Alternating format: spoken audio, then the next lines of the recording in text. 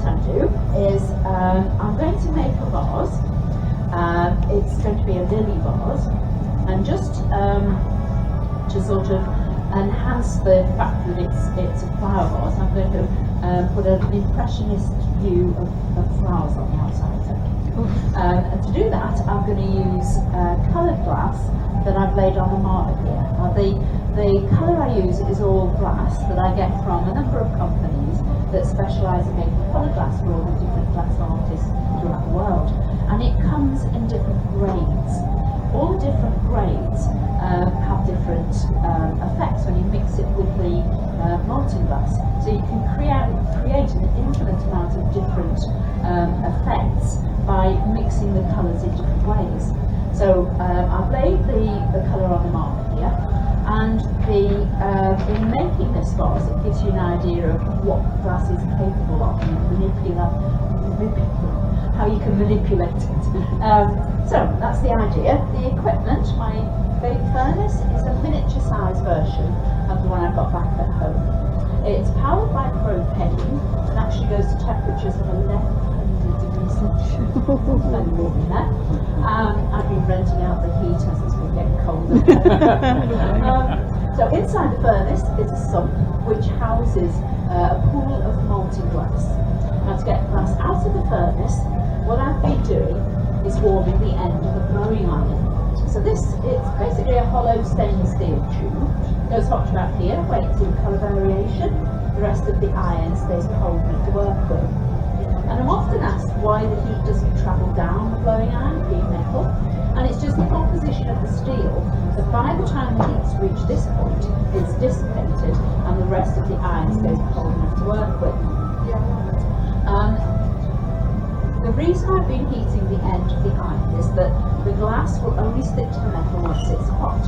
So when it reaches this orangey red colour, I know all I have to do is stick it into the pool of molten glass and turn. The glass then sticks to the hot metal and I can take out what's called gaffer of glass. So I'll do that now. I'll gather some clear glass, then we'll start to blow this vase to shape. So dip it into the pool, the glass sticks to the hot metal. There we go. So that is clear molten glass. The colour is purely the heat. Now all the time I'm working the glass, I have to be turning the iron. If I stop turning, the glass will just flow and end up on the floor. So it's not very fluid. And I seem to have picked up quite a large stone here, so I'm just going to get that out of the way. So it's getting to the bottom of the pot now, so all the impurities have sort of landed at the bottom. Get those out of the way. Now, first thing I need to do is centre the glass on the end of the iron. So rather like a potter centres clay on a wheel before he starts to make a pot, this is going to be the glassblowing equivalent. And I need to centre the glass on the end of the iron because when I put that first bubble in, that has to blow through to the centre of the piece so I get a nice even shape. If the bubble blows off to one side, you end up with a thick part and a thin part. Then as I start to blow the object off, the shape then distorts and it becomes a nightmare to control. So if I can spend the time at the beginning getting the glass in the right position, it sets me up as I'm going along. It just makes life so much easier. So I actually read a manual on glass blowing techniques, and the title page was "A good beginning is a good beginning." So that's now my mantra. If you get it right at the start, life is so much easier. So what I'm going to do, get this nice and hot, I'm going to take this over to the blowing bench. I'm going to start to shape it. The end of the iron, believe it or not, nothing more than a wet newspaper. So 7 sheets of paper folded into a square, soaked in a bucket for about 10 minutes. I tell you, first time you ever pick up a piece of paper and start handling glass at this temperature is absolutely terrifying. Somebody says, oh, go and start messing around with this 1100 degrees piece of glass with this piece of newspaper, you just don't believe me. I can't feel any heat in the paper at all, but I can feel the glass underneath. And what I'm doing is just bringing as much of the glass in front of the nose of the blowing iron as I can. And using my hands to sort of cut the glass and create a well which the glass falls into. And I've brought the weight of the glass in front of the because when you put the bubble in, the bubble travels forward. So any glass that's actually attached to the eye is effectively waste glass. So it brought as much as it had forward, and then the shape I've gone for, so like a bullet shape, a rounded diamond. And whenever you're blowing glass, you'll start off with this shape before you put the first breath of air in, because the shape helps to distribute the weight of the glass. So that's what I'm doing now. To make it hollow, I'm using science. Glass is a very dense medium. So I fill the pipe with air, the air travels down the pipe, comes into contact with the molten glass and then heats up. So this is proof of the theory, hot air expands. So just keep your eye on the end of the iron there and see a bubble starting to come through. So it's just starting to grow. So once that surface tension's broken, from then on it's just a question of breathing gently down the iron. From this point on, the slightest breath will now alter the shape of the glass. It gets difficult to blow from this point on, which means it's gone too cold. So you go back to the furnace, reintroduce the heat, soften it up again so you can carry on and shape it. So when you work in glass, you never need a lot of force. It's just a question of getting the temperature right and the slightest breath will enter the shape. So there we go, that's the bubbling. So that's the tricky bit done. So what I need to do now is let this cool down, let this go solid. I'm going to go back to the furnace, dip it back into the molten glass and gather some more over the top, because there's not enough glass on the end of the iron to make the size of the object I have in mind. So I'm going to go back, gather some more over the top. So all the larger pieces I've brought with me are made this way. You take one gather, let that go cold, take another gather, let that go cold, a third gather. So you increase the volume in stages, and that way you have more control over the piece. If you gather too much at any one time, it generally ends up on the floor. So do it nice and steadily. Now what I'm going to do, because it's so hot, I'm going to take advantage of the heat and roll the molten glass into the granules of coloured glass up on here. So I'm building up a skin of colour onto the outside of the clear. So this is now fused together, this has become one piece. Now as I blow the piece off, the colour will stretch with the clear glass, and so it sort of becomes a permanent part of the piece. So I'm rolling it in, I've sort of got a base colour, the lavender is the base colour, and then at the base I'm rolling it in a translucent blue colour, which is going to be sort of the part that represents the flowers. So come back over here, pick that up again. Now, just to make it slightly more floral, what I'm going to do is I've got some little chips and chunks of glass on the marble there. So I'm just going to roll the glass into these chips and pick them up onto the side. This is a bit of an experiment. I've not done this before, so we're going to see what happens. It's the beauty of glassmaking. Just play around with it. So I've picked up the colours there, which is going to be the colours of the flowers. Now, we're going to heat this up again. Soften those chips onto the outside. Glass, as it gets hot, naturally browns itself off. So all those little chips and chunks that I've picked up there, they're going to soften and become little round whites, little round coloured specks on the side of the vase. And each time I go back to the furnace, it's heating up from the base. So the blue colour that I've picked up there is getting hotter than everywhere else. And to create this sort of floral effect, what I'm going to do is come over to the bench here. Using a pair of glassmaker's tweezers, I'm going to pinch the colour and drag it across the surface. So that is then going to form the stems of the flowers. So it just gives you an idea of just how you can pull and twist and manipulate glass as you work with it.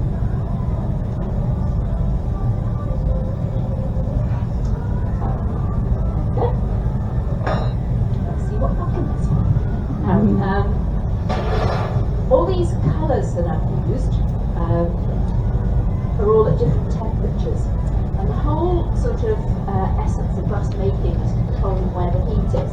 So what I need to do is now these colours back into the surface of the object before I can start to blow it up.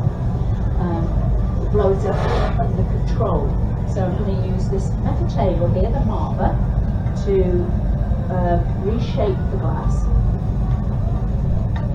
This metal table actually is a sort of a classical glass making tool, right?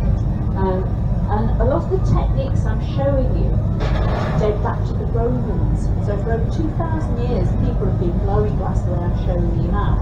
And that metal table originally would have been made of a sort of like a highly polished slab of marble.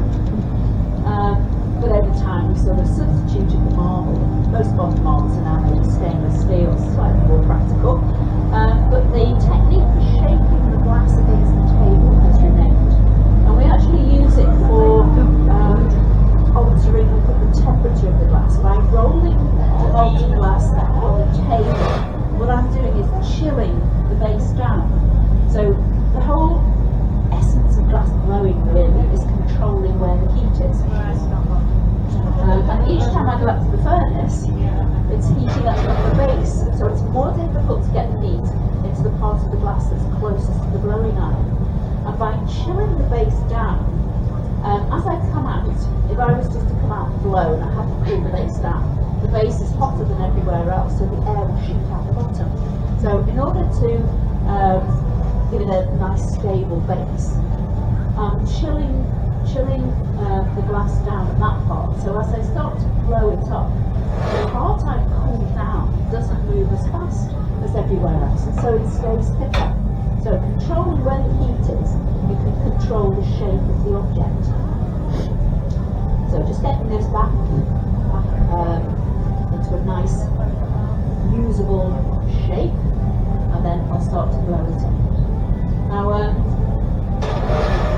again, sort of heating it, I'm going to, this time when I come out, I'm going to chill the base down with the paper, but I'm not going to touch the sides. So then as I start to blow it up, it blows out sideways. So I need to get the volume of the object to begin with, because we normally blow a vessel into a ball shape to begin with. Because I know a certain diameter of sphere is going to open out into a certain size dish or a certain size wine glass or vase. So you get the volume to begin with. So I'm going to do that this time. Over to the bench. You can generally tell where the heat is by the shade. You can see it glowing bright orange at the bottom there. So if I chill the base down and then start to blow.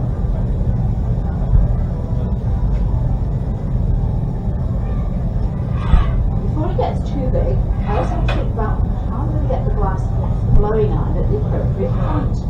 Now glass always breaks at its weakest spot. So if I can create a fault line in the top here, when I come to detach the glass, I break in a nice neat line on this groove I've just put in here. But I do need to put this in early, because as I say, each time I go back to the furnace, it's heating up from the base. So it's more difficult to get the heat into the part of the glass that's closest to the iron.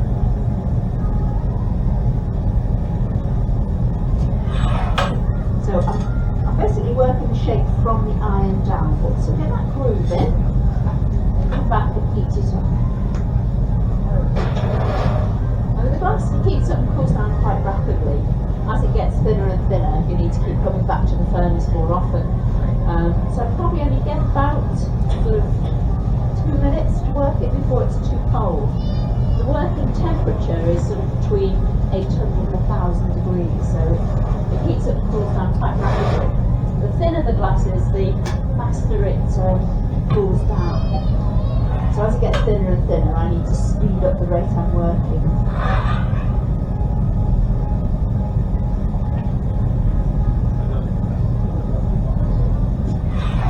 Right.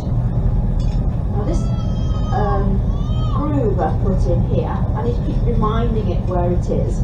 And it's actually referred to as a jack line, because it's named after the tools that I'm using on it. So these are called a pair of jacks. They're the most useful tool a glassmaker has. You never see a glassmaker without a pair of jacks. To use all the different areas, use the blades for cutting down that groove You can use them for straightening the sides, you can use the back for flattening the spring on the back. So somebody once called them the Swiss Army knife for glassmaking, so you never see a glassmaker without a pair of jacks there. So now I've got that ball, got the sphere shape. The next thing I'm going to do is start to alter the shape. Now, if I can get this to go to shape without using the tools on the piece, I get longer to work it. So I've got a number of options. I can use gravity to stretch the piece, or I can use centrifugal force. I can use a pendulum motion, but it all depends on how it's going to react. So gravity, pendulum motion, that doesn't work quickly enough. Centrifugal force. This is quite a powerful force. You can see how it's altered shape really quite rapidly by not actually touching it with any of the tools. So then just come back, give it a blast of heat, take it over the bench and tidy that shape up. So it's getting there now, starting to develop. The shape I'm actually going for is called the lily bars, and it's sort of like narrow in the waist, wide at the base, and flares out at the top. So what I need to do now is use the paper to chill the waist down, and then keep the heat and the thickness at the bottom.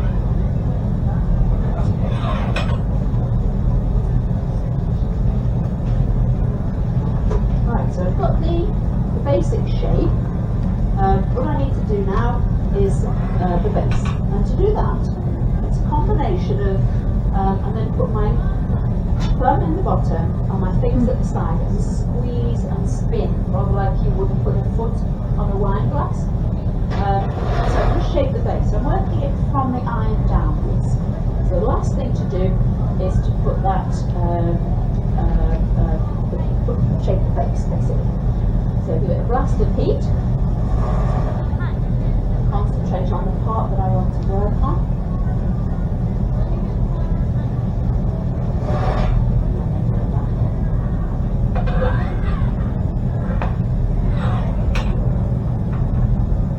So put your thumb in the bottom, spin. So when I'm happy with the size and shape, the base of the bars, the next thing I need to do is transfer this onto a second iron, so I can work on the opposite end. Now the iron that's heating up there, it's basically a stainless steel bar really, it's nothing special, but it's called punty iron. And as sort of glass blowing spread across Europe, it picked up a lot of terminology. And it's from the word pont being bridge. So this is the bridge between the blowing and the finishing of the glass. What I basically need to do is create a weak spot, a weak joint. So chill the sides down, flatten the base, and this time, as I roll it, I'm going to pull back, which creates a concave shape. So it's like a donut, gives you good contact on the outside surface, but doesn't attach too strongly in the middle. So I can then attach that to the base.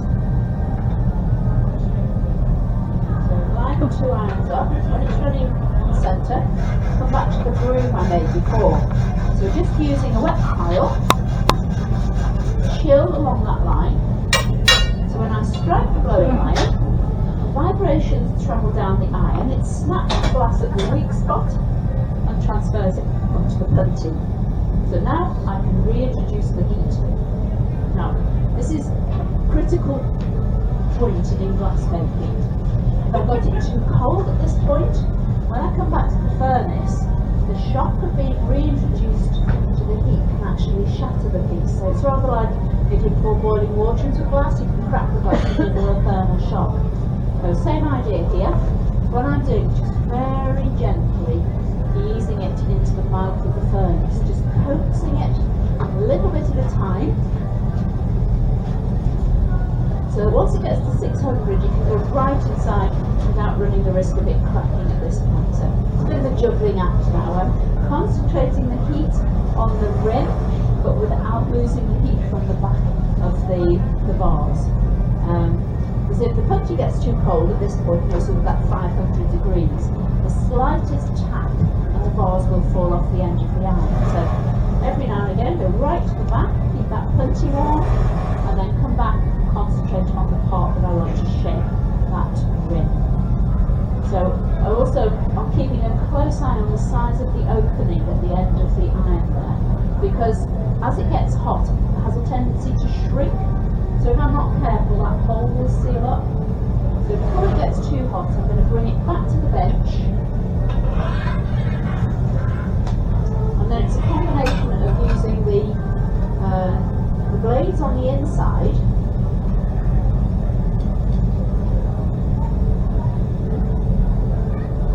and the paper on the outside to keep it nice and round.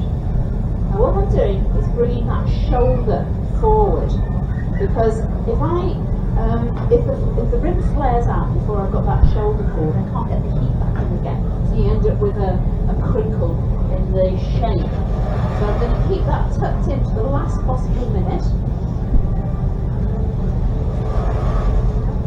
Bring that shoulder forward. This is actually where the tool's doing all the work. So the blades are actually held with a spring. The blades are held with a spring at the top there. So what I'm doing is putting the blades on the inside and letting the spring open out at the same time that I'm turning the iron with my left hand. Because all glassmaking really is done in the left hand. The left hand is the motor. So it's the speed that you turn the iron in relationship to the tools that you're working on the glass. So that's how it's opening out. With a bit of glass and heat, keep that punchy warm, even the temperature's out, and then come back, concentrate on the shoulder. So I'm holding the half the glass that I want to shape in the hot spot, because what actually happens is the flame enters the chamber, circulates around the chamber, hits the door and bounces back again, so it's in a hot spot about an inch inside the doorway there. So I'm holding the glass in that hot spot.